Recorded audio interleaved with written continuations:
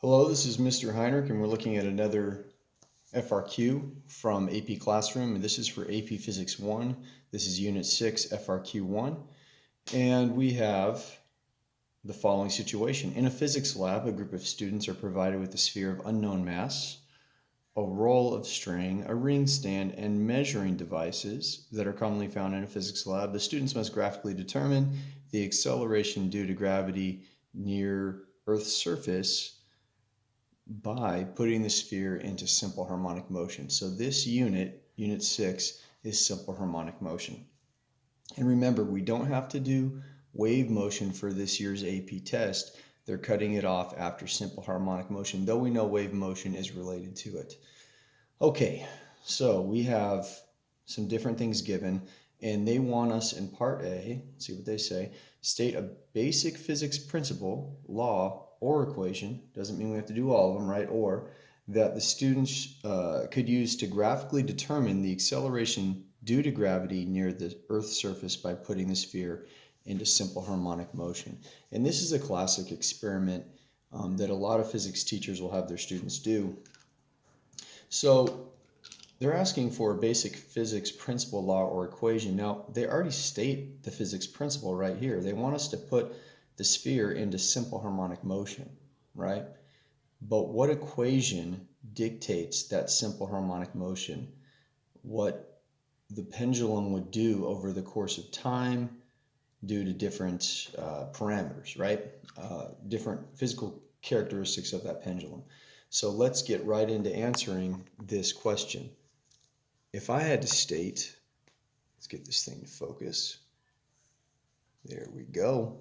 If I had to state the basic physics principle, like I said, it was already stated, I would say simple harmonic motion, and I'm going to abbreviate here, is the physics principle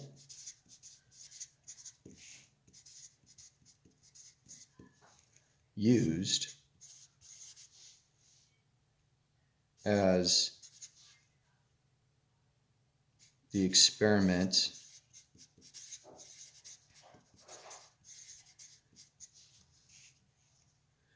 will use a pendulum.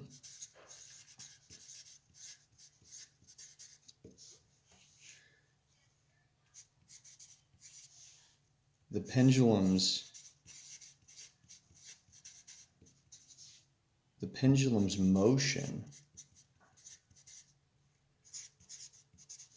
can be described by what equation?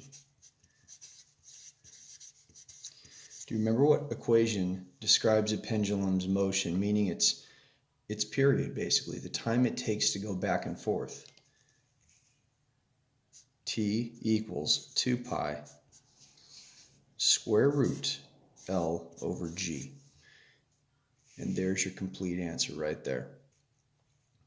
Now, when you get the solution, I think they just cite this equation. So really, I made a statement about the principle and the equation, but since they said the word or, you might just get away with doing that equation. But still, it's good to give a little context. So you could even say the pendulum's motion can be described by that in the experiment. You would probably put then.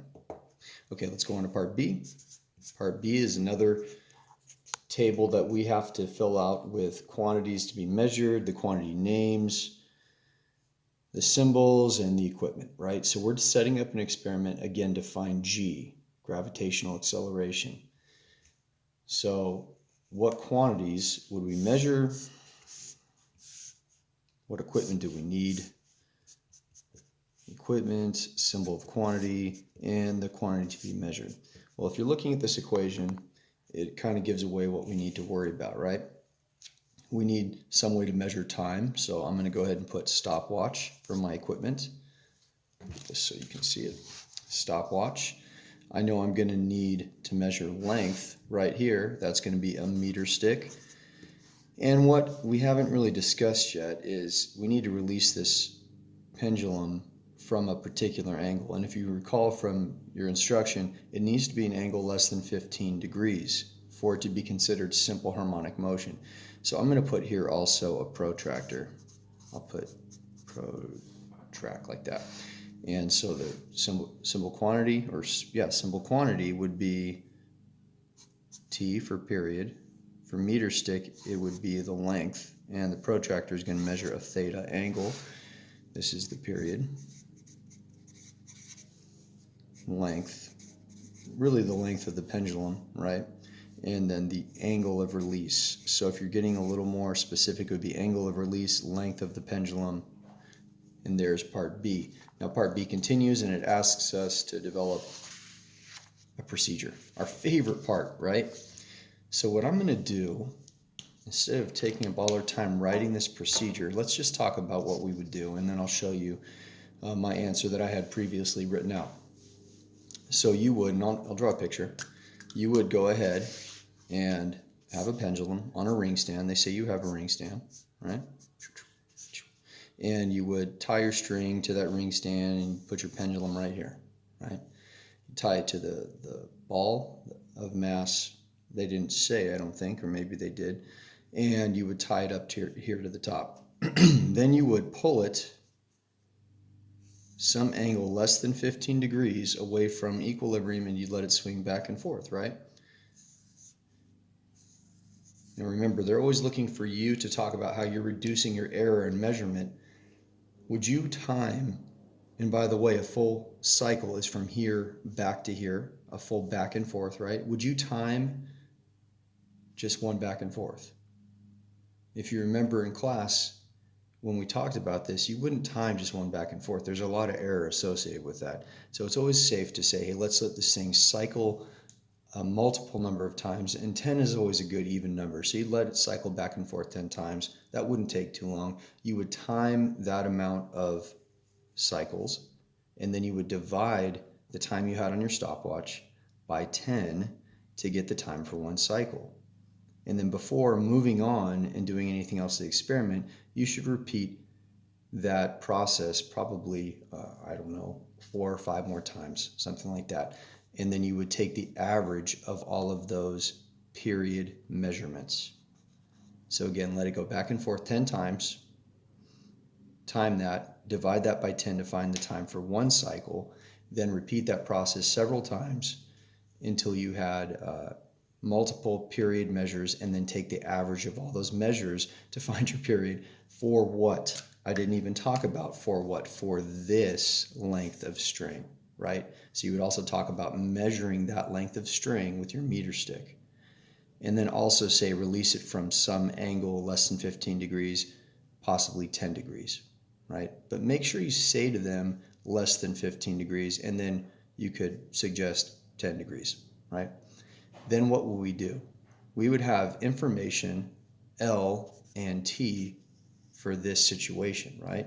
That's not enough to graph. That's just one set of values, right? So we would want to change the length of this pendulum string. I don't know. What do you say? 7, 9 more times? I always think it's good to have an even number of plot points when you're doing a line of best fit. That way you can have an equal number of dots above the line of best fit and below the line of best fit. Because remember, they're going to want you to do graphic analysis here. Okay, so now that I've said all that, I'm going to put the actual procedure up here.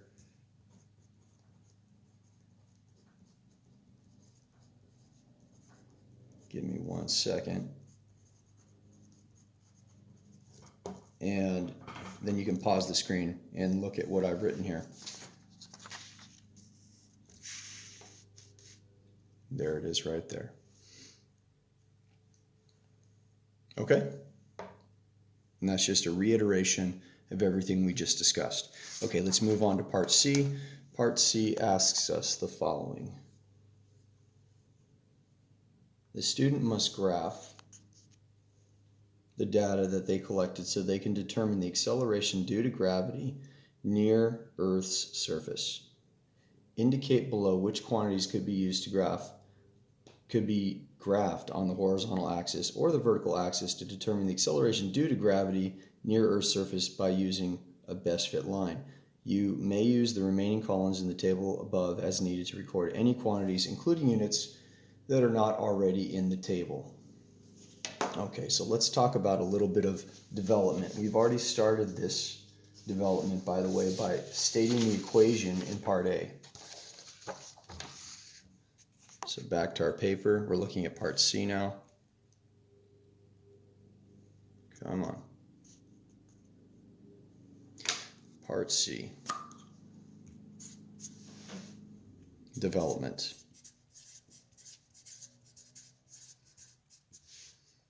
All right, so there's different ways to do this. Remember, you can take this equation that we're using. It helped guide our experimental quantities that we were going to measure, and it helped us understand how we should make our procedure. And now we can use this in a variety of different ways to graph it in order to find this value. And really, to find this value related to the slope. So I always like to go straight for the simplest answer. So let's just solve this thing for g and see what happens. That's always a good place to start. I'm going to square everything, right? I'm going to square this side, and I'm going to square this side, and I'm going to get t squared equals 4 pi squared L over g. Let's multiply both sides by g and divide both sides by t squared, like so, right? So our t squareds would cancel out here, our g's would cancel out here, and I'd end up with the expression g equals 4 pi squared L over t squared.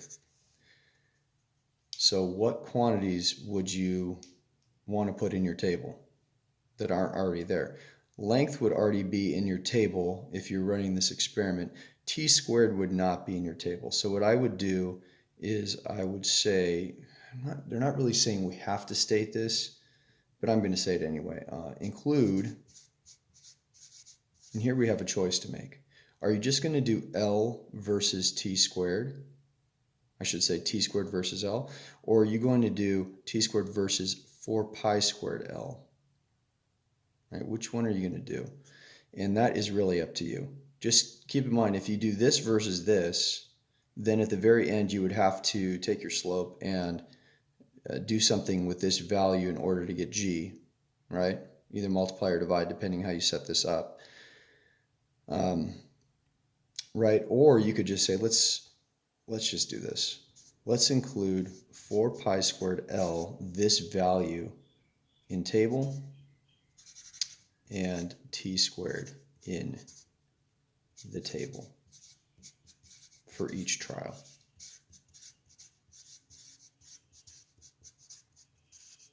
Okay, let's go on to C, there we go. Let's go on to C2.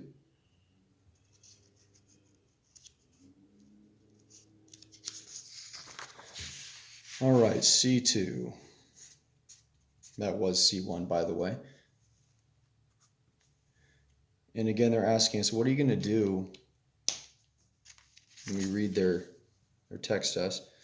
The students determine that the slope of the line is m, derive an equation that can be used to determine the acceleration due to gravity near Earth's surface by using the slope of the graph that is described by the quantities plotted from part C1. And here, once again, we can be real straightforward about it. Since g equals 4 pi squared L over t squared, rise over run. Oh, I didn't even finish answering C1. Okay. Horizontal axis, what's our run? Our run is t squared. What's our vertical axis? That would be 4 pi squared L, right? Rise, vertical axis, run, horizontal axis. Okay. Since g is equal to this, and I put a little rise over run, then the slope m, because they're referring to the slope m in part C2, is the Earth's gravitational acceleration.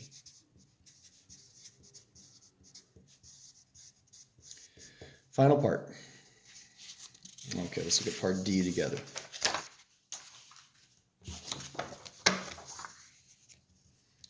Part D.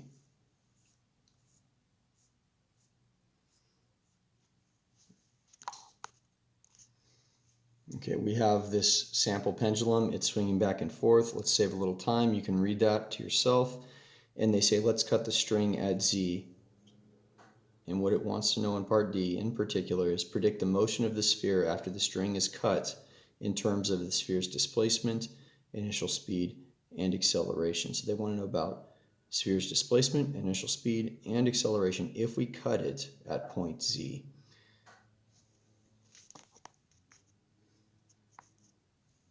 Okay, so if I have it here, and this is point X, and point Y, and point Z, there we go.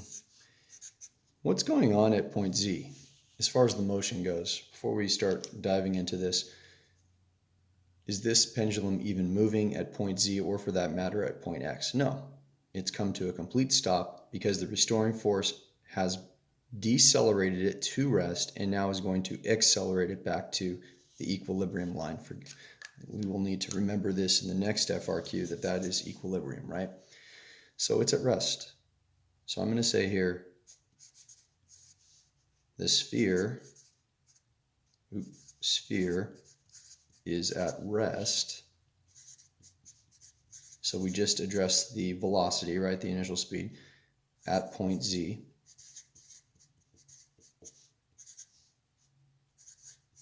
When the string is cut.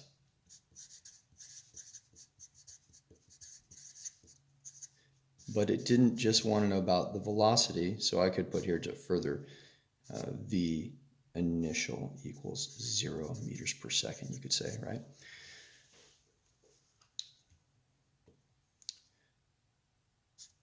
The sphere, what would it do at this point if we cut it and there is absolutely no speed associated with this position? It would just free fall, right?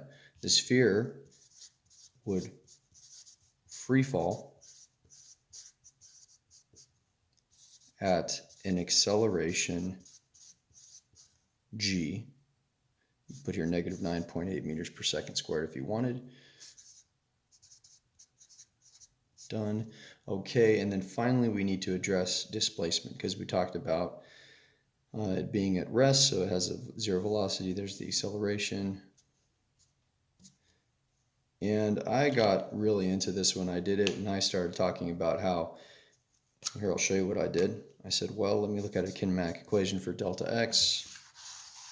Delta x would be equal to initial velocity t plus 1/2 at squared. And from this I said, well, if this is 0 and if 1/2 a is a constant, then delta x is just proportional. Delta x is proportional to t squared, meaning that this will vary with the square of time. And that's more depth than they wanted when I looked at their solution. All they want you to tell them is that it has a negative displacement after it's been cut. That's all you need to say. All right, so that one is done. Let's keep this video going, and we're going to look right at FRQ2 right now. Here we go. So this will be Unit 6 still. This will be FRQ2, and this one goes pretty quick, FRQ2.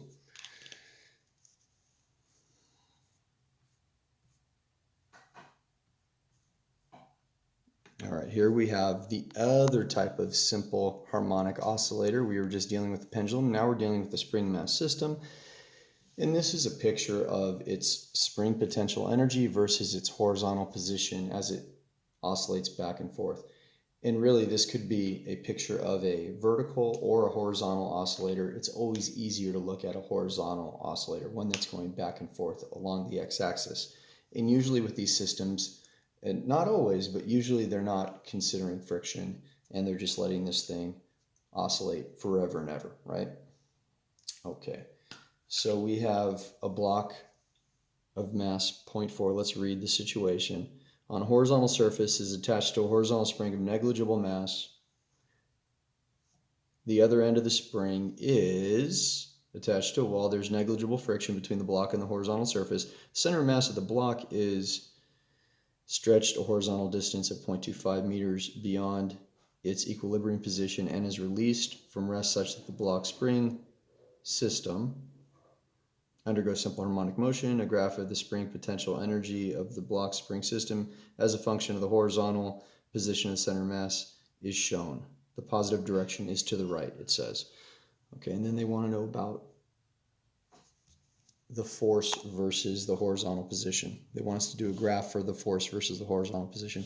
Let me put this up here as our model of what's going on. We have this graph.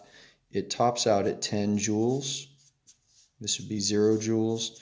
This here is negative 0.3 meters, where that is 0 meters, and then this would be over here somewhere, positive 0.3 meters, right? So, and they took the guesswork out for us. This is in fact 0.25 meters. There we go.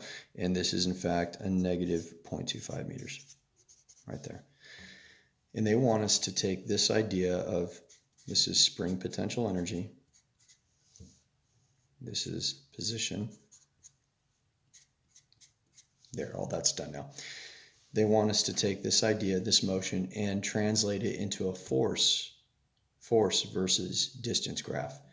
So I'm going to just use some common sense and then prove out mathematically why this is the right answer. So for part A, we're going to create a graph that encompasses these values also. So we have force along this axis, that's kind of in the middle, force in newtons.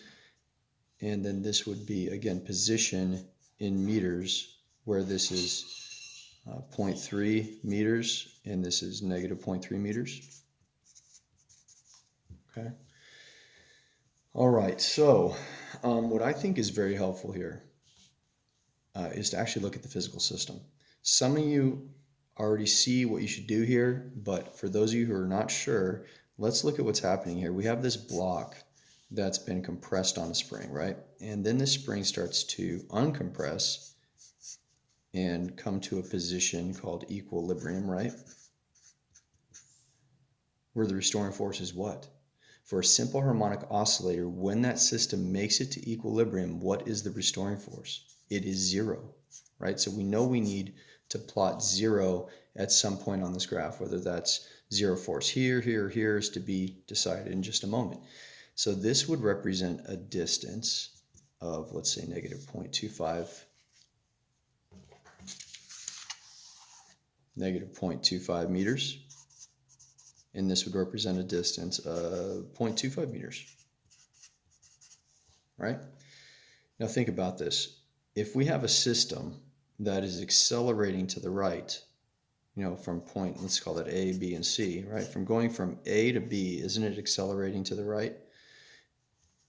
So we would, to describe that acceleration or that movement to the right, we would need an unbalanced force or a restoring force, right? A restoring force is an unbalanced force acting to the right. That is a positive F, right? So this is a positive F. It's hard to see that positive. Okay, this right here, we already said when we're at equilibrium, what would we have? 0 F. We'd have no F. And what does this block begin to do as it goes from part B to part C? All right, so as it goes from part B to part C, it starts to slow down. So even though it has a positive velocity, it's heading to the right, there is a negative force acting on it while it is slowing down to the right. Now, these are the finer points I'm about to mention. At points A and C, that restoring force has maxed out. That vector arrow is at its largest. Looking at A to B, as we go from A to B, one of these intermediate positions from like maybe here, here, here, the force vector would actually lessen or decrease until finally, when we reach equilibrium, the restoring force is 0.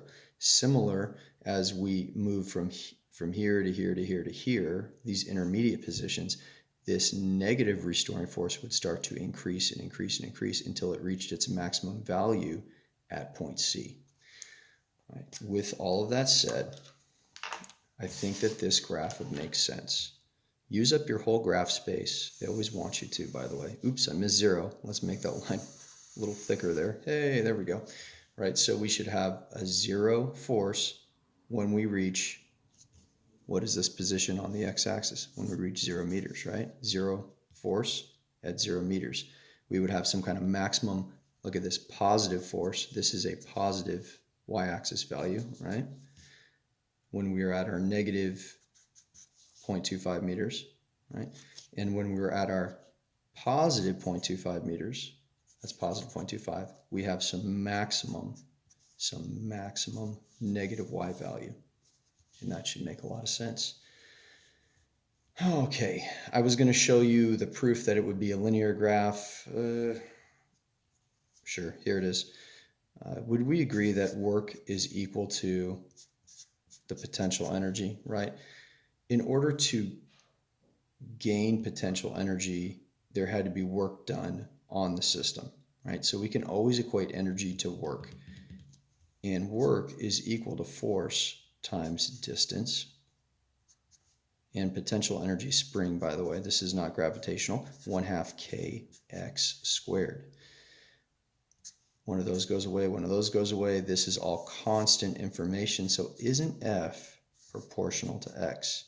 And we could flip that thing around and say X is proportional to F.